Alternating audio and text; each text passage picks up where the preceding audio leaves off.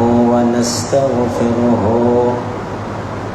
ونعوذ بالله من شرور أنفسنا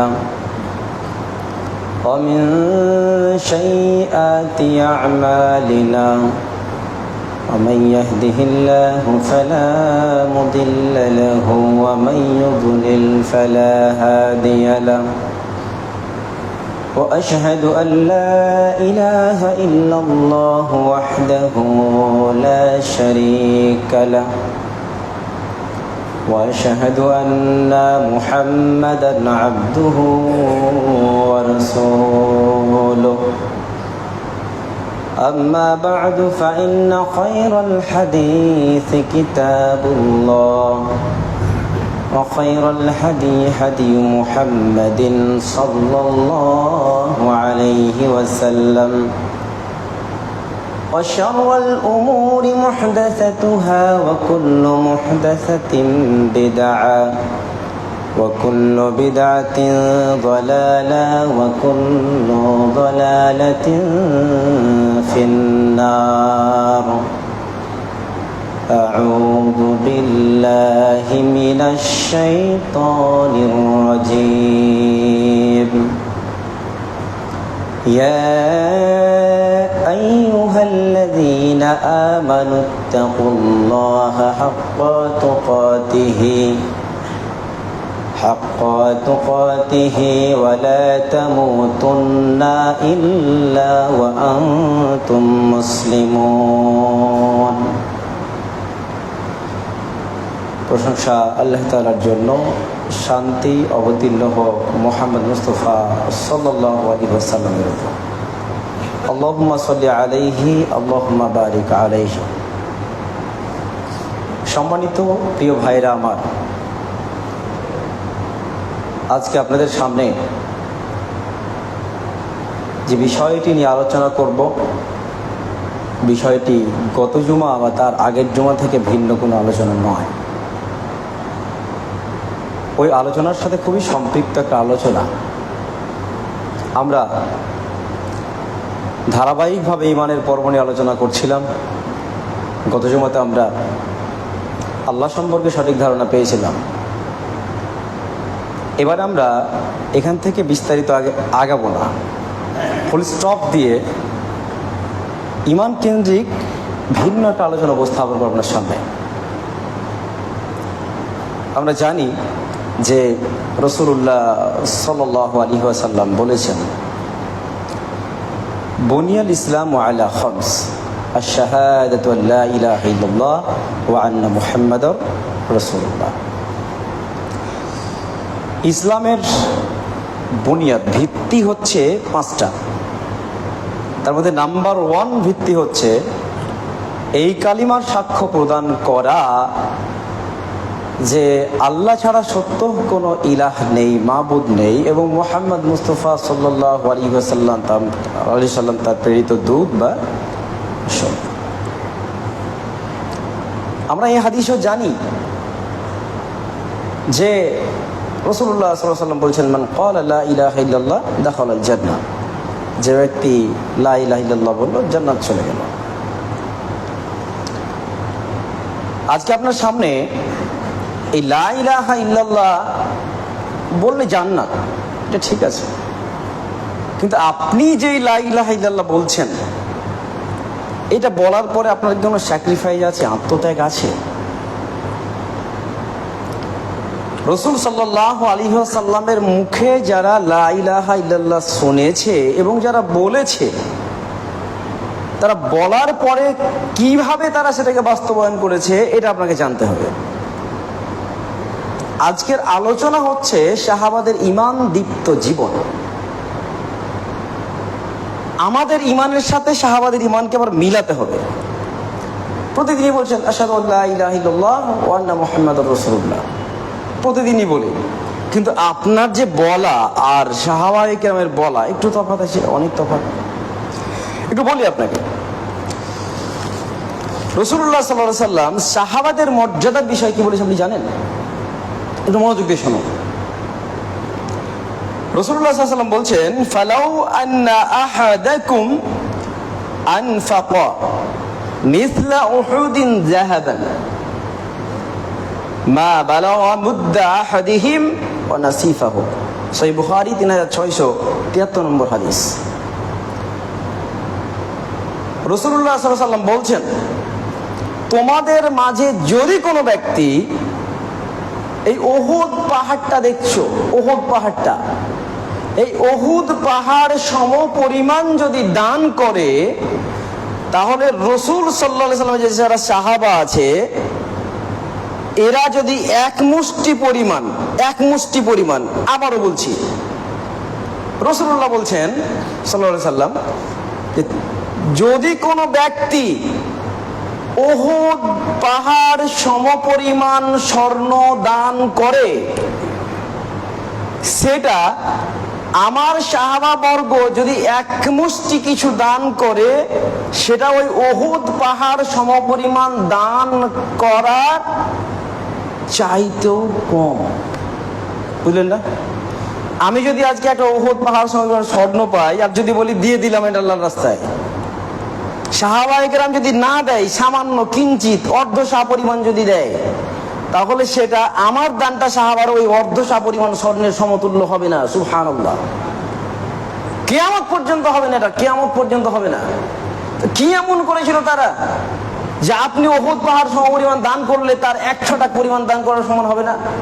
কি এমন করেছিল জানার একটু প্রয়োজন মনে হচ্ছে না? হচ্ছে, প্রয়োজন মনে হচ্ছে। আজকে আমি আপনাদের সামনে তিনাদের এত মর্যাদা কেন, তারা কি ত্যাগ করেছিল, কি এমন কাজ করেছিল সে সম্পর্কে আজকে মাত্র 2 জন সাহাবার জীবনে নিয়ে আলোচনা করব। 2 জন সাহাবার জীবনে। আপনাদের এখানে বহু মানুষ আমাকে বলেছে, ইমাম সাহেব আপনি জীবনী নিয়ে আলোচনা করছেন না কেন? জীবনী আলোচনা করেন। আজকে আপনার সামনে জীবনী নিয়ে আলোচনা করব। 2 জন সাহাবা, এক খাব্বাব বিন আরাত রাদিয়াল্লাহু তাআলা আনহুর জীবনী, 2 মুসআব বিন উমাইর রাদিয়াল্লাহু তাআলা আনহুর জীবনী আলোচনা করব। আমি ওনার জীবনী পড়তে গিয়ে আশ্চর্য হয়ে গেছি। একটা মানুষ কি পরিমাণ, কোন লেভেলের ঈমান থাকতে হলে কাজগুলো করতে পারে। খাব্বাব বিন আরাত রাদিয়াল্লাহু তাআলা আনহু অত্যন্ত সুঠাম সুন্দর দেহী একটা মানুষ। মুসআব বিন উমাইর রাদিয়াল্লাহু তাআলা আনহু তৎকালীন সময়ে আরব ভূখণ্ডের মধ্যে যতগুলো সাহাবা এসছে, এই সাহাবাগুলোর মধ্যে সবচেয়ে সেরা চেহারার অধিকারী ছিলেন মুসআব বিন উমাইর রাদিয়াল্লাহু তাআলা আনহু। একজন মাত্র সাহাবী, তিনি হচ্ছেন মুসআব বিন উমাইর। মুসআব বিন উমাইর রাদিয়াল্লাহু তাআলা আনহুর চেহারা এবং রাসূলুল্লাহর চেহারা খুব কাছাকাছি ছিল। আজকে তার আলোচনা করবো আপনার সামনে। যেটা বলছিলাম, সাহাবাদের আত্মত্যাগ বা ঈমানদীপ্ত জীবন আলোচনা করছি আপনার সামনে। প্রথমত ওনার ইসলাম গ্রহণের যে প্রেক্ষাপটটা আপনার আলোচনা করি। খাব্বাব বিন আরাত রাদিয়াল্লাহু তাআলা আনহু ছোটবেলাতেই বিক্রি হয়ে গেছিল। তাকে কিনেছিল উম্মে আনমার আল খুজাইয়া মুশরিকা। উম্মে আনমার তিনি মক্কার দাস বিক্রি। আজকের দিনে যেমন আপনি জঙ্গিপুর বাজারে যাচ্ছেন, মাছ কিনছেন, আলু পটল ঝিঙ্গে কিনছেন, বিভিন্ন কাপড় চোপড় কিনছেন, নিয়ে আসছেন ওনার প্রয়োজনে, সেই সময় দাস কিনা বেচা হতো, নারী বিক্রি হতো, পুরুষ বিক্রি হতো, ছোট ছোট বাচ্চাদেরকে বিক্রি করে দেওয়া হতো। এই উম্মে আনমার সেই সময়ের ধনাঢ্যশালী একজন মুশরিকা মহিলা ছিল। তার ইচ্ছা যে আমি আজকে বাজারে যাব, বাজারে গিয়ে একটা ফুটফুটে বালক মানে ছোট বাচ্চাদেরকে কিনে আনবো। লাভ কি হবে? এই লাভ যেটা হবে, ওই বাচ্চাটাকে যদি আমি নিয়ে আসতে পারি তাহলে খুব পার্সোনাল কিছু কাজ করাতে পারবো। 2, ওকে এখন থেকে যদি কিছু কাজ শিখিয়ে দিতে পারি তাহলে পরবর্তীতে আমার কাজে লাগবে। চলে গেল উম্মে আনমার মক্কার বাজারে, যেখানে দাস কেনা বেচা হয়, মানুষ কেনা বেচা হয়। গিয়ে খাব্বাব বিন আরাত রাদিয়াল্লাহু তাআলা আনহু বলেন, রাদিয়াল্লাহু তাআলা আনহু, তিনি যেই জায়গাতে আছেন সেই জায়গাতে উম্মে আনমার দাঁড়িয়ে গেল। আরো অনেক জায়গায় দাস কিনা বাজা হচ্ছে, কিন্তু ও যে জায়গায় দাঁড়িয়ে আছে ওখানে দাঁড়িয়ে গেল স্টপ। উম্মে আনমার খাব্বাব বিন আরাত রাদিয়াল্লাহু তাআলা আনহুর দিকে তাকিয়ে দেখলেন, অত্যন্ত সুন্দর ভদ্র স্বভাবের মনে হচ্ছে, সুঠাম দেহি, তাকে দেখেই মনে হচ্ছে অত্যন্ত বিচক্ষণ বুদ্ধিমান একজন বালক হতে পারে। তাই দেরি না করে সাত টাকায় যে এসে তয় টাকা দিয়েই তাকে কিনে নিয়ে চলে যাচ্ছে। উম্মে আনমার বলছে, তোমার নাম কি? খাব্বাব বলছে, আমার নাম খাব্বাব। তোমার বাবার নাম? আরাত। বাড়ি কোথায়? নাজদ। বলছে, তোমার বাড়ি নাজদে, তুমি মক্কার বাজারে কিভাবে এলে? খাব্বাব রাদিয়াল্লাহু তাআলা আনহু এবার উম্মে আনমার মুশরিকাকে বলছে, আমি যখন আমাকে এই বাজারে আজকে দেখতে পাচ্ছেন, আমার মায়ের কোলে যখন আমি ছিলাম, আমার বংশের ওপরে এই আরব ভূখণ্ড থেকে গিয়ে এই আরবীয়রাই, একটা আরবের মধ্যে কিন্তু একটু দূরে, আরব থেকে একটা দস্যু ডাকাতের দল আমার বংশের উপরে হামলা করে। অতর্কিত হামলায় আমার পরিবার বিচ্ছিন্ন হয়ে যায়, ছন্ন ছাড়া হয়ে যায়। তারা আমাদের মহিলাদেরকে লুট করে নিয়ে আসে, আমাদের শিশুদেরকে লুট করে নিয়ে আসে, সেখান থেকে বিক্রি হতে হতে হতে হতে আজকের এই মক্কার বাজারে আমি চলে এসেছি, এবং হাত বদল হতে হতে আজকে আপনার হাতে আমি চলে এসেছি। উম্মে আনমার অবাক হয়ে গেল, কত নির্যাতন সেই সময় হয়েছে শিশুদের ওপরে। একটা বিষয় আপনাকে বলতে চাইছি, মনোযোগ দিয়ে শুনবেন। জাহিলি যুগে কি রকম আক্রমণ চলতো, কতটুকু জাহিলিয়াত ছিল। শুনতো, শান্ত সুষ্ঠ একটা পরিবেশের উপরে হামলা করে তার সর্বস্ব মাল সম্পদ লুট করে নেওয়া হতো। শুধু মাল, স্বর্ণ রূপো লুট করা হতো না, তাদের আসবাবপত্র লুট করাই হতো না, মহিলাদের, সুন্দরী মহিলাদেরকে লুট করে নেওয়া হতো, ছোট ছোট বাচ্চাদেরকে লুট করা হতো, পুরুষদেরকে লুট করে নিয়ে আসা হতো, বাজারে বিক্রি করে দেওয়া হতো। কে কিনছে বড় বিষয় নয়, বড় বিষয় হচ্ছে কার কাছে বিক্রি করে টাকা বেশি পাবো। এই টাকার বিনিময়ে সেই সময় এত অত্যাচার নিপীড়ন চালা হতো, অর্থাৎ জোর যার মুলুক তার, এই রকম একটা সিচুয়েশন ছিল। উম্মে আনমার হযরত খাব্বাব রাদিয়াল্লাহু তাআলা আনহুকে নিয়ে চলে আসছেন মক্কাতে ঢুকে, যেখানে তার বাড়ি সেই জায়গাতে একটা কামার কর্মকারের কাছে বলছে, বিখ্যাত কর্মকারকে দিয়ে বলছে, শোনো, এই নাও, এই যে বাচ্চাটা দেখছো, বাচ্চাটাকে তোমার হাতে আমি তুলে দিলাম, তুমি যতটুকু অভিজ্ঞ মানুষ আছো সেইভাবে এই বাচ্চাটাকে তরবারি তৈরি করা শিক্ষা দাও। খাব্বাব রাদিয়াল্লাহু তাআলা আনহু খুব অল্প সময়ের মধ্যে তরবারি তৈরির কাজে অত্যন্ত দক্ষ এবং পটু হয়ে গেল, বিচক্ষণ হয়ে গেল।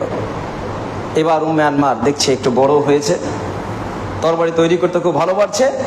উম্মে আনমার তাকে একটা দোকান কিনে দিল। দোকান, এই দোকানের লাভ কে খাবে? উম্মে আনমার খাবে। কাজ করবে কে? খাব্বাব জুতার দাস। দোকান কিনে দিল, এই দোকানে তরবারি তৈরির যত রকমের সরঞ্জাম সবগুলো কিনে দেওয়া হলো, পাশাপাশি নিজে সে কর্মকার, এখন দারুণ তরবারি তৈরি করে। সারা আরব ভূখণ্ডে, বিশেষ করে মক্কার মধ্যে খাব্বাব বিন আরাত রাদিয়াল্লাহু তাআলা আনহুর নাম ডাক ছড়িয়ে পড়লো। কি ক্ষেত্রে? তার দোকান ভালো, দোকানের মাল ভালো, সবচাইতে বড় বিষয় হচ্ছে তার তরবারি এত সুন্দর যে মক্কার বাইরে থেকে এসেও তার তরবারি কিনতে আসে। শুধু এ কারণেই খাব্বাব বিন আরাতের দোকানে আসতো না। খাব্বাব বিন আরাত রাদিয়াল্লাহু তাআলা আনহু যদিও জাহিলি যুগের সন্তান, তারপরে ছোটবেলা থেকেই ভদ্র, সভ্য, নম্র, বিচক্ষণ, বুদ্ধিমান একটা বালক ছিল। তার জন্য, তার কথা শোনার জন্য, তার সংস্পর্শ পাওয়ার জন্য ওই মানুষগুলো তার দোকান থেকে তরবারি কিনতে যেত। কিন্তু বিষয় হচ্ছে খাব্বাব বিন আরাত রাদিয়াল্লাহু তাআলা আনহু তরবারি তৈরি করতেন, তরবারি বিক্রি করতেন, দোকানের মাল সরঞ্জাম বিক্রি করতেন, কিন্তু যখনই সময় পেতেন তখনই একটা কথা চিন্তা ভাবনা করতেন যে আশ্চর্য একটা জগতে আমরা বসবাস করছি, যে এত জাহেলিয়াত, এত অজ্ঞতা, এত অত্যাচার, এত নিপীড়ন, এখান থেকে কি মানুষ মুক্তি পাবে না? আমি আজকে দাস, আমি কি মুক্তি পাবো না? এই মানুষগুলোকে অত্যাচারীর হাত থেকে মুক্তি পাবে না? সব সময় চিন্তা ভাবনা এটাই করতো। আমি কি সেই সুপ্রভাতের দেখা পাবো না, যেই দিন এই অন্ধকার শেষ হয়ে গিয়ে একটা সূর্য উঠবে, সেই সূর্যের দেখা আমি পাবো কি পাবো না? এরকম সে ভাবনা চিন্তা সবসময় করতে থাকতো। হঠাৎ করে একদিন শুনতে পেল মক্কার মধ্যে হাশেমি গোত্রের মধ্যে একটা বাচ্চা ভালো একজন লোক কি করেছে, মুহাম্মদ সাল্লাল্লাহু আলাইহি ওয়াসাল্লাম মুহাম্মদ বিন আব্দুল্লাহ এই সুপ্রভাতের দাওয়াত দিচ্ছে, সবাই করে ইসলামের দাওয়াত দিচ্ছে। অর্থাৎ মানুষকে এই সমস্ত নির্যাতন থেকে বাঁচার জন্য আপ্রাণ চেষ্টা চালাচ্ছে হাশেমি গোত্রে মুহাম্মদ বিন আব্দুল্লাহ। এটা যখন শুনতে পেল আর দেরি করলো না, একদম দেরি সইছে না, যে কোনো মূল্যে হোক মুহাম্মদ সাল্লাল্লাহু আলাইহি ওয়াসাল্লামের কাছে যেতে হবে। ফাঁক বুঝে সুযোগ বুঝে মুহাম্মদ সাল্লাল্লাহু আলাইহি সাল্লাম যেখানে বক্তৃতা দিচ্ছেন, দাওয়াতি কাজ করছেন, খুব গোপনে গিয়ে সেখানে অবস্থান করলো এবং চুপি চুপি সব শুনলো মুহাম্মদ সাল্লাল্লাহু আলাইহি ওয়াসাল্লামের সামনে। কেউ জানে না, তারা জানে। মুহাম্মদ সাল্লাল্লাহু আলাইহি ওয়াসাল্লামের ভাষণ শুনে তার হৃদয়টা বিগলিত হয়ে উঠলো। ওখান থেকে আর দ্বিতীয়বার ফিরে আসতে হয়নি, সাথ ওই জায়গায় দাঁড়িয়ে বলছে আশহাদু আল্লা ইলাহা ইল্লাল্লাহু ওয়া আশহাদু আন্না মুহাম্মাদান আবদুহু ওয়া রাসূলুহু। ইসলাম গ্রহণ করলেন। এই খাব্বাব বিন আরাত রাদিয়াল্লাহু তাআলা আনহু তিনি ছিলেন ইসলামের ষষ্ঠ ইসলাম গ্রহণকারী। তখনও পর্যন্ত মাত্র 6 জন, তাকে দিয়ে এই প্রথম 6 জন ইসলাম গ্রহণ করা হলো। কিন্তু তার আগ পর্যন্ত কেউ প্রকাশ্যে ইসলাম গ্রহণ করার ঘটনা কেউ কোনোদিন বলেনি। এখানে এসে খাব্বাব বিন আরাত রাদিয়াল্লাহু তাআলা আনহু প্রকাশ্যে ইসলাম গ্রহণের কথা বলে দিল, আমি ইসলাম গ্রহণ করেছি। প্রকাশ্যে তার দোকানে যে আসে তাকে বলে আমি ইসলাম গ্রহণ করেছি, মুহাম্মদ সাল্লাল্লাহু আলাইহি ওয়াসাল্লামের দিনকে মেনে নিয়েছি, পারলে তুমিও মানে। এভাবে চলতে থাকে। এই ঘটনা কিন্তু উম্মে আনমারের কাছে চলে গেল। উম্মে আনমার তার ভাই শিবাকে পাঠালো খাব্বাব বিন আরাতের কাছে ঘটনার সত্যতা যাচাই করার জন্য। শিবা এসে দেখছে খাব্বাব বিন আরাত রাদিয়াল্লাহু তাআলা আনহু দোকানের মাল বিক্রি করছে, তরবারির কিছু একটা কাজ করছে। তখন এসে তাকে জিজ্ঞাসা করছে, খাব্বাব, আমি যেটা শুনতে পাচ্ছি তুমি নাকি দিন পরিত্যাগ করেছ? খাব্বাব বিন আরাত রাদিয়াল্লাহু তাআলা আনহু বলছে, শিবা শোনো, আমি দিন পরিবর্তন করিনি, আমি শুধুমাত্র ঈমান এনেছি মুহাম্মদ সাল্লাল্লাহু আলাইহি ওয়াসাল্লামের উপরে এবং তার রবের উপরে ঈমান এনেছি। আর তোমাদের যে গাঁট পুতলিগুলো আছে, যাকে তুমি বিশ্বাস করো মৃত, সেগুলোকে আমি ছুঁড়ে ফেলে দিয়েছি, আর কিছু করার ক্ষমতা নেই। এটা স্পষ্ট বলছে, ভয় নেই, ডর নেই, কিছু নেই। শিবার সাথে আরো একজন ছিল। শিবা এবং তার ওই বন্ধু মিলে খাব্বাব রাদিয়াল্লাহু তাআলা আনহুকে সপাটে ঘুষি কিল লাথি দেওয়া শুরু করলো। শুধু সেখানেই নয়, তরবারির বাদ দিয়ে লোহা দিয়ে বেদম মায়ের শুরু হলো। মারতে খাব্বাব বিন আরাত রাদিয়াল্লাহু তাআলা আনহু সেখানেই অজ্ঞান হয়ে পড়ে গেল, শরীর দিয়ে রক্ত ঝরছে। এটা হচ্ছে 1 নম্বর নির্যাতন। প্রথম নির্যাতনটা করলো কে? উম্মে আনমারের ভাই শিবা। তাকে এতটা মারলো, মারতে কি করলো? একেবারে অজ্ঞান করে ফেললো। বিষয় হচ্ছে আজকের দিনে 5 ওয়াক্ত নামাজ পড়ি, আমাদের ঈমান মজবুত নয়। 1 কাপ চায়ে, 1টা সিগারেটে, 1 বোতল মদে বিক্রি হয়ে যায়। 1 কাপ চায়ে বিক্রি হয়ে যায়। চা দিয়ে যদি কেউ বলে ভাই ওকে একটু মারতো, বেদম শুরু হয়ে যাবে। 1টা বোতলের মদের বোতল দিয়ে যদি বলা হয় ভাই এই বোতলটা তোকে দিচ্ছি, এই কাজটা করতে হবে, ওকে গালিগালাজ করতে হবে, তার নামে চালাতে হবে, একদম ভালো করে একদম চালাতে হবে, প্রয়োজনে তার বাড়ি গিয়ে আক্রমণ চালাতে হবে, 1 পা পিছু হবে না, বলে আমরা ইমানদার। খাব্বাব রাদিয়াল্লাহু তাআলা আনহু তিনি শত্রুর সামনে দাঁড়িয়ে প্রকাশ্য বলছে, আমি তোমাদের রবকে, তোমাদের ওই রবকে ছুঁড়ে ফেলেছি যাদের কোনো কিছু করার ক্ষমতাই নাই। তাকে মার খেতে হলো, দৌড়ে মুচড়ে পড়ে গেল। 2 নাম্বার, এই ঘটনা চারিদিকে ছড়িয়ে গেল। কার সাথে ঝামেলা হলো? মালিকের সাথে। কার? একজন দাসের ঝামেলা। মারতে অজ্ঞান করে ফেললো, চারিদিকে ছড়িয়ে পড়লো। সেই সময়ের কুরাইশ বংশের যারা মুশরিক ছিল, তারা জিনিসটাকে নিয়ে খুব নড়াচড়া শুরু করলো। তারা উঠে বসলো, একজন নড়ে বসলো। কেন? সে এত বড় সাহস হয় কি করে? মুহাম্মদ সাল্লাল্লাহু আলাইহি ওয়াসাল্লাম দাওয়াতি কাজ শুরু করেছে, সে তো গোপনে করছে, এখন তার এই জিনিসগুলো ছড়িয়ে ছিটিয়ে দিচ্ছে আবার নিজে, তাও আবার দাস, আবার মনিবের সামনে প্রকাশ্য বলছে। না, এটা কিন্তু ছোটখাটো বিষয় না। এর দ্বারা হতে পারে আগামী দিনে দাসেরাও বিদ্রোহ করবে যে আমরা মুহাম্মদকে মেনে নিলাম, তোদেরকে ছেড়ে দিলাম। তাই এখন থেকে কি করতে হবে? একে সাইজ করতে হবে। তারা মিটিং বসালো। মিটিং বসে কি করলো? কাঁটা দিয়ে কাঁটা তোলার মতো কাজ করলো, যে যে গোত্রের, সেই গোত্রের মানুষই তাকে শাস্তি প্রদান করবে। যদি না দেয় তাহলে সেই গোত্রকে সবাই মিলে শাস্তি প্রদান করা হবে। বাধ্য হয়ে এই শিবা আনমার আছে এবং শিবা তাদের কাঁধে পড়ে গেল যে তোমার দাস, তুমি তাকে শাস্তি দাও। আনন্দ হলো যে আজকে আমি কি করব, খাব্বাব বিন আরাতকে শাস্তি প্রদান করব। সিবা জোরালো প্রস্তুতি গ্রহণ করলো। সেই সময় মরুর বুকে উত্তপ্ত রৌদ্রে মাটি আপনার বালিগুলো উত্তপ্ত হয়ে গেছে। আর সেই সময় খাব্বাব বিন আরাত রাদিয়াল্লাহু তাআলা আনহুকে একটা লোহার বর্মের মধ্যে ভরে দেওয়া হলো, মাথাটা বাইরে রেখে লোহার বর্মে ভরে দেওয়া হলো। লোহার বর্ম ফেলে দেওয়া হলো উত্তপ্ত মরুর বুকে। উপর থেকে রৌদ্রের তাপ, নিচের বালির উত্তাপ। বর্ণনা করছে যে খাব্বাব বিন আরাত রাদিয়াল্লাহু তাআলা আনহুর এই যে বর্মের ভিতরে যে শরীর, খালি গায়ে শরীর আছে, এই চামড়াগুলো গলে গলে এই যে চরকগুলো আছে, চরকগুলো চুয়ে চুয়ে পড়তে শুরু করলো।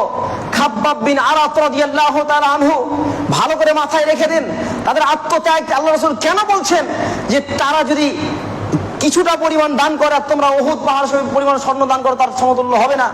চিন্তা করুন, তাকে লোহার বর্মে ভরে দেওয়া হয়েছে।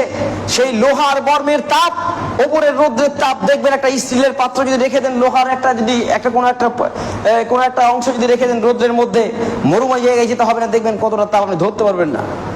সেখানে লোহার পাতলা বর্মের মধ্যে রেখে দেওয়া হয়েছে তাকে, খালি গায়ে, ওপর থেকে রৌদ্রের তাপ, নিচের মরুর তাপ, ভেতরের চর্বি গলে গলে কান শোভা দিয়ে ঝরে ঝরে পড়ছে। সুবহানাল্লাহ, ইমানের স্পিড দেখেছেন? এটা হচ্ছে ইমানের স্পিড। এবার বলছে সিবা, খাব্বাব বিন আরাত বলছে আমাকে এক গ্লাস যদি পানি দাও তো অনেক উপকার হয়।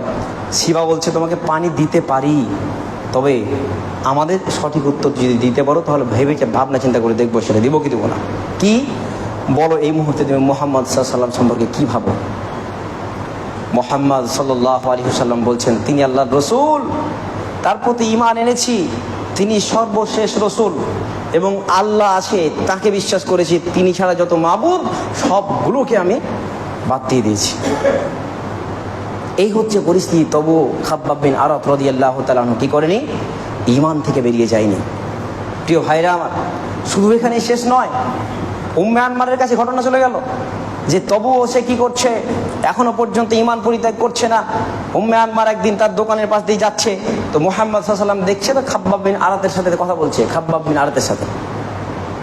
এভাবে কয়েকদিন উম্মে আনমার দেখলো, এবার রেগে গেল, আর সহ্য করা যাচ্ছে না। খাব্বাব বিন আরাত রাদিয়াল্লাহু তাআলা আনহু দোকানের মধ্যে মাল বিক্রি করছে, তরবারি বিক্রি করছে, অন্যান্য সরঞ্জাম বিক্রি করছে। উম্মে আনমার চলে আসলো। উম্মে আনমার দেখছে এই অবস্থা, এখন কি করেছে, হাপড় থেকে জ্বলন্ত লোহার রড এখনো দাও দাও করে জ্বলছে।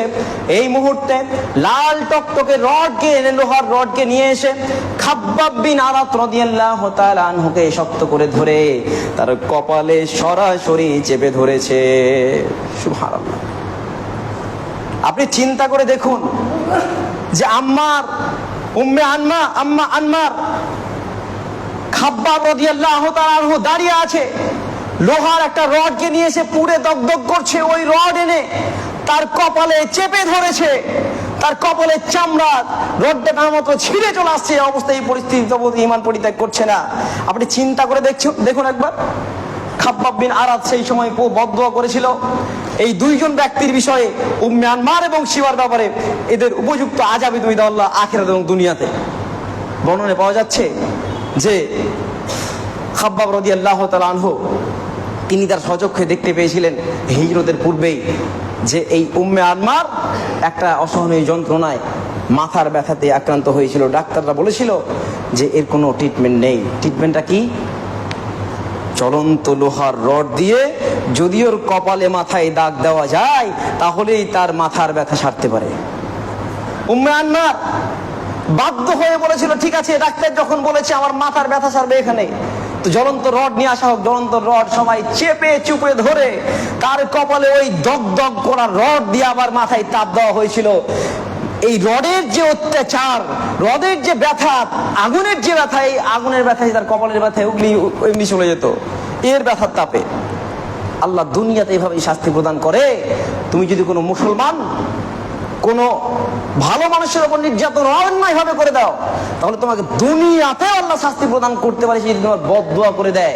কারণ মাজলুমের বদদুয়া আল্লাহ কখনো ফেরত দেয় না। ভাবনা চিন্তা করে তার বিষয়ে কথা বলবে, ভাবনা চিন্তা করে তার বিষয়ে পদক্ষেপ নেবে, খুব ভাবনা চিন্তা করে। যদি বদদুয়া একবার করে দেয়, তোমার মতো মানুষের সাম্রাজ্য এমনি নষ্ট হয়ে যাবে, জ্বলন্ত প্রমাণে করবে। সম্মানিত প্রিয় ভাইরা আমার, এখানেই শেষ না। ওহ, একটা ঘটনা আপনাকে বলছি। খাব্বাব বিন আরাত রাদিয়াল্লাহু তাআলা আনহু, তিনি এমন একজন সাহাবী, 4 জন খলিফার জীবন পেয়েছিলেন। কারণ তিনি দোয়া করেছিলেন, আল্লাহ, আমি সেই সূর্যোদয় দেখতে চাই যেই সূর্যোদয়ের কারণে এই জাহেলিয়াত দূর হয়ে যাবে। আমাকে তুমি দীর্ঘ জীবন দান করো। প্রার্থনা করেছিলেন, আল্লাহ কবুল করে নিয়েছেন। তিনি নবী সাল্লাল্লাহু আলাইহি ওয়াসাল্লামের জীবন পেলেন, তিনি আবু বকরের জীবন পেলেন, উমরের জীবন পেলেন, ওসমানের জীবন পেলেন, আলীর জীবন পেলেন, সবার জীবন তিনি বলেন খেলাফত পেয়ে গেলেন। উমর রাদিয়াল্লাহু তাআলা আনহু তিনি যখন মসনদে বসলেন, তখন বলল, ওই খাব্বাবকে একবার নিয়ে আসো আমার কাছে। খাব্বাব বিন আরাতকে নিয়ে আসা হলো এবং সিংহাসনের পাশে সবচেয়ে বড় যে আসন, সেই আসনে খাব্বাব বিন আরাতকে বলছে, খাব্বাব, তুমি এই জায়গাতে বসো, কারণ তুমি ছাড়া, একমাত্র বেলাল ছাড়া, তোমার বিকল্প বেলাল ছাড়া এই আসনে বসার মতো কারো অধিকার নাই, তুমি এই জায়গায় বসো। হয়তো উমর তাকে এত সম্মান প্রদান করলেন। এবারে বলছে, খাব্বাব, বলো তো, তুমি তো প্রথম দিকে ইসলাম গ্রহণ করেছো, তোমার প্রতি নির্যাতন কেমন হয়েছে বলো। খাব্বাব বিন আরাতের চোখ দিয়ে অশ্রু ঝরছে, কিন্তু কথা বলছেন না, লজ্জা পাচ্ছে আর চোখ দিয়ে জল ঝরছে। উমর রাদিয়াল্লাহু তাআলা আনহু বলছে, বলো, আমরা শুনতে চাই, সবাই বসে আছে মানুষজন, কিন্তু তিনি বলতে চাচ্ছেন না। খাব্বাব বিন আরাত রাদিয়াল্লাহু তাআলা আনহু তিনি উমরের দিকে পিঠটা করে দিয়ে বলছেন, আমার পেছন দিকে জামাটা আপনি তোলেন। পেছন দিকে জামাটা তুলছে। খাব্বাব বিন আরাত রাদিয়াল্লাহু তাআলা আনহুর পিঠের মাংস নেই, অনেকগুলো জায়গা থেকে ক্ষত বিক্ষত হয়ে আছে, গর্ত হয়ে পড়ে আছে। আর উমর রাদিয়াল্লাহু তাআলা আনহু বলছেন, ব্যাপার কি, তোমার এই গর্তগুলো পিঠে কিসের গর্ত? খাব্বাব বিন আরাত রাদিয়াল্লাহু তাআলা আনহু বলছেন যে আমাকে ইসলাম পরিত্যাগ করার জন্য তারা এতটা প্রেসার দিয়েছিল, আমি কিছুতেই ঈমান পরিত্যাগ করিনি, একমাত্র মুহাম্মদ সাল্লাল্লাহু আলাইহি ওয়াসাল্লামকে বিশ্বাস করেছি, আল্লাহকে বিশ্বাস করেছি, আমি তাকে ছাড়া কোনো কিছু ভাবনা চিন্তা করতে পারিনি। তার জন্য আমাকে শাস্তি কি দিল? তারাও কি করলো? কাঠকে একত্রিত করে আগুন জ্বালিয়ে দিল, আগুনের বিছানা তৈরি করলো। আগুনের বিছানা তৈরি করে খাব্বাব বিন আরাত বলছে, আমাকে আগুনের বিছানার উপরে জামা টামা খুলে নিয়ে চিৎ করে শুইয়ে দিল। খাব্বাব বিন আরাত রাদিয়াল্লাহু তাআলা বলছেন যে আমার পিঠের মাংস খসে পড়ে, আমার চরমগুলো পড়ে আগুনগুলো নিভে গেছিল। সুবহানাল্লাহ। খাব্বাব বিন আরাত রাদিয়াল্লাহু তাআলা আনহু বলছে, আগুনের বিছানার উপর আমাকে শুইয়ে দিয়ে, আমাকে যখন শুইয়ে দেওয়া হয়েছে, আমার পিঠের মাংসগুলো খসে পড়েছে, চামড়াগুলো খসে পড়েছে, আমার চরমগুলো খসে পড়েছে। আমি চিৎকার করেছি, কান্না করেছি, আমি চিৎকার করেছি, কিন্তু কোনোদিন বলিনি ঈমান পরিত্যাগ করব। আমাকে জ্বলন্ত আগুনের মধ্যে শুইয়ে দিয়ে আমাকে বলেছে, মুহাম্মদ সাল্লাল্লাহু আলাইহি ওয়াসাল্লাম সম্পর্কে তোমার ধারণা কি? আমি বলেছি, তিনি আল্লাহর রাসূল। তোমরা যাকে বিশ্বাস করো না, তিনাকে আমি রাসূল বলে মেনেছি। তোমরা যাকে রব বলে মানো, আমরা ভণ্ড বলে মানি। তিনি হচ্ছেন আল্লাহ তাআলা, এবং তোমরা যাকে আমাদের কিছু করার ক্ষমতা নেই। সুতরাং এক আল্লাহর প্রতি ঈমান এনেছি, মুহাম্মদ সাল্লাল্লাহু আলাইহি ওয়াসাল্লামের প্রতি ঈমান এনেছি। আমি সেই খাব্বাব। উমর রাদিয়াল্লাহু তাআলা আনহু সহ যারা ওই জায়গায় ছিল, প্রত্যেকের চোখ দিয়ে অশ্রু গড়িয়ে পড়েছে। সুবহানাল্লাহ। আমি বলতে চাইছি, প্রিয় ভাইরা আমার, এই ঘটনা থেকে আপনি কি বুঝলেন? এই ঘটনা থেকে শিক্ষা নেবেন না? শিক্ষা হচ্ছে, খাব্বাব বিন আরাত রাদিয়াল্লাহু তাআলা আনহু তিনিও আশহাদু আল্লা ইলাহা ইল্লাল্লাহ ওয়া আন্না মুহাম্মাদুর রাসূলুল্লাহ বলেছে। আপনিও আজকে বলছেন আশহাদু আল্লা ইলাহা ইল্লাল্লাহ ওয়া আন্না মুহাম্মাদুর রাসূলুল্লাহ। তফাৎটা কোথায়? তফাৎ হচ্ছে আপনি আশহাদু আল্লা ইলাহা ইল্লাল্লাহকে সামান্য এক কাপ চায়ের জন্য, সামান্য এক বোতল বোতলের জন্য, সামান্য একটা সিগারেটের জন্য বিক্রি করে দিয়েছে ঈমানকে। তারা জীবন দিয়ে এই কালেমাকে কিনে নিয়েছে। আপনার সাথে তফাৎটা এটা। যদি আজকের দিনে তাদের মতো ঈমান আনতে পারেন, তাহলে আল্লাহ আপনার জন্য জান্নাত ঘোষণা করেছিল রাসূল সাল্লাল্লাহু আলাইহি ওয়াসাল্লাম আগেই। আমরা ঈমান আনতে পারবো না? পারবো? বলেন পারবো না ইনশাআল্লাহ? আমরা কি একটা সিগারেটের জন্য বিক্রি হয়ে যাব? বলেন কথা, যা বিক্রি হয়ে যাব কি? বিক্রি হব না। এক কাপ চায়ে বিক্রি হয়ে যাব না? এক বোতল মদে বিক্রি হয়ে যাব না? আমাদের রব তো তিনি, যিনি আমাদেরকে তৈরি করেছেন, যিনি সমস্ত রিজিকের মালিক, তিনি তো আমাদের রসুল, যার আদর্শ আমরা মেনে চলবো। তার আদর্শ মানে আপনি জীবনে সফলতা পাবেন।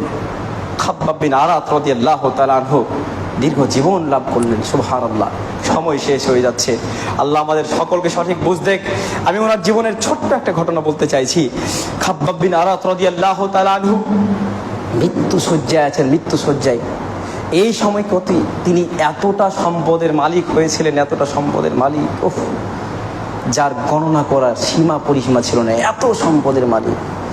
তিনি যখন সম্পদের মালিক হলেন, সম্পদের মালিক হওয়ার কারণে যারা দরিদ্র মানুষ আছে, এই দরিদ্র মানুষগুলো যাতে তার কাছে এসে না বলে, খাব্বাব আমাকে 2 টাকা দাও, 5 টাকা দাও, আর অমুক সময়ের প্রয়োজন আছে, আমি পাচ্ছি না, এটা যাতে খাব্বাবকে বলতে না হয়, তার জন্য খাব্বাব কি করেছে, তার প্রাসাদের, তার বাড়ির পাশেই একটা জায়গাতে অজস্র রূপো, দিনার এবং দিরহাম রেখে দিতে বস্তায় করে একটা জায়গাতে, যার যা প্রয়োজন সেখান থেকে তুলে তুলে নিয়ে যেত, কোনোদিন খাব্বাবকে বলতে হতো না। খাব্বাব রাদিয়াল্লাহু তাআলা মৃত্যু যন্ত্রণায় ছটফট করছে। তার বন্ধুরা এসছে, তার বন্ধুরা এসে কথা বলছে তার সাথে। খাব্বাব রাদিয়াল্লাহু তাআলা বলছেন, ওই দেখো না, ওই জায়গাতে ওইখানে একটা বস্তা আছে, দেখো ওখানে 80,000 দিনার আছে, 80,000 দিনার। ওই জায়গায় 80,000 দিনার আমি রেখেছি, 80,000 দিনার। বলছে, আপনি কাঁদছেন কেন? এই জন্য কান্না করছি যে আমি তো অনেক আগে ইসলাম গ্রহণ করেছি, আমার সাথে অনেকে ইসলাম গ্রহণ করেছে, সবাই চলে গেছে, আমি বেঁচে আছি। তারা কোনোদিন কি পায়নি, কোনোদিন সুখ বলে কি জিনিস এটা পায়নি, দেখতে পায়নি। তাদের কাছে টাকা পয়সা ছিল না, তারা চলে গেছে, আর আমাকে আল্লাহ এত সম্পদ দিয়ে দিয়েছে। আল্লাহ তাদের আমলের বিনিময়ে তারা এখন জান্নাতে আছে, আর আমাকে আল্লাহ বাঁচিয়ে রেখে এত সম্পদ দিয়ে, যদি আল্লাহ এমনটা করে যে খাব্বাব তুমি যে আমল করেছো সেই আমলের বিনিময়ে দুনিয়াতে তোমাকে অঢেল সম্পদ দিয়ে দিয়েছি, তোমার জন্য যথেষ্ট, আমার আখিরাত শেষ, আমার দুনিয়াও শেষ, আর দুনিয়া পেলাম আখিরাত পেলাম না, এমন যদি হয় তাহলে আমার সবই শেষ। এই ভয়ে আমি কান্না করছি। সুবহানাল্লাহ। টাকা নিয়ে বাঁচবেন? টাকা নিয়ে কি করবেন? এই টাকা ব্যয় করার চেষ্টা করুন। এই টাকা আপনার নয়, এই টাকা যার তার টাকা, তার কাছে পৌঁছে দেন। এই টাকা আপনার জন্য জাহান্নামের কারণ হতে পারে। খাব্বাব বিন আরাত রাদিয়াল্লাহু তাআলা এটা বলে বুঝিয়ে দিলেন। আল্লাহ আমাদেরকে খাব্বাব বিন আরাত রাদিয়াল্লাহু তাআলা আনহুর মতো জীবন প্রদান করো, মন মানসিকতা প্রদান করো, বলেন আমিন।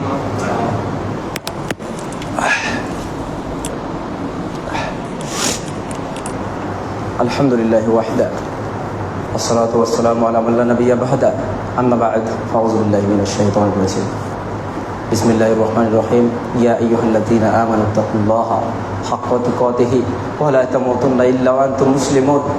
আল্লাহ তাআলা বলছেন, হে ঈমানদারগণ, হে ঈমানদারগণ, হাক্ক তুকাতিহি, তোমরা আল্লাহকে সেই পরিমাণ ভয় করো যে পরিমাণ ভয় করা প্রয়োজন। ওয়ালা তামুতুন্না, এবং মৃত্যুবরণ করো না, ইল্লা ওয়া আনতুম মুসলিমুন, যতক্ষণ পর্যন্ত তোমরা মুসলিম না হচ্ছ ততক্ষণ মৃত্যুবরণ করো না। প্রকৃত একজন মুসলিমের, ইমানদারের উদাহরণ উপস্থাপন করলাম আপনার সামনে। আপনি এখান থেকে শিক্ষা গ্রহণ করুন। তারা সর্বস্ব বিলিয়ে দিয়ে নিজেকে মুসলমান এটা প্রমাণ করেছে। আমরা ইনশাআল্লাহ আজকের পর থেকে আমরা আমাদের সাধ্যমতো নিজেকে মুসলমান বলে প্রমাণ করবো ইনশাআল্লাহ। আল্লাহুম্মা সাল্লি আলা মুহাম্মাদ ওয়া আলা মুহাম্মাদ কামা সাল্লাইতা আলা ইব্রাহিম ওয়া আলা আলি ইব্রাহিম ইন্নাকা হামিদ।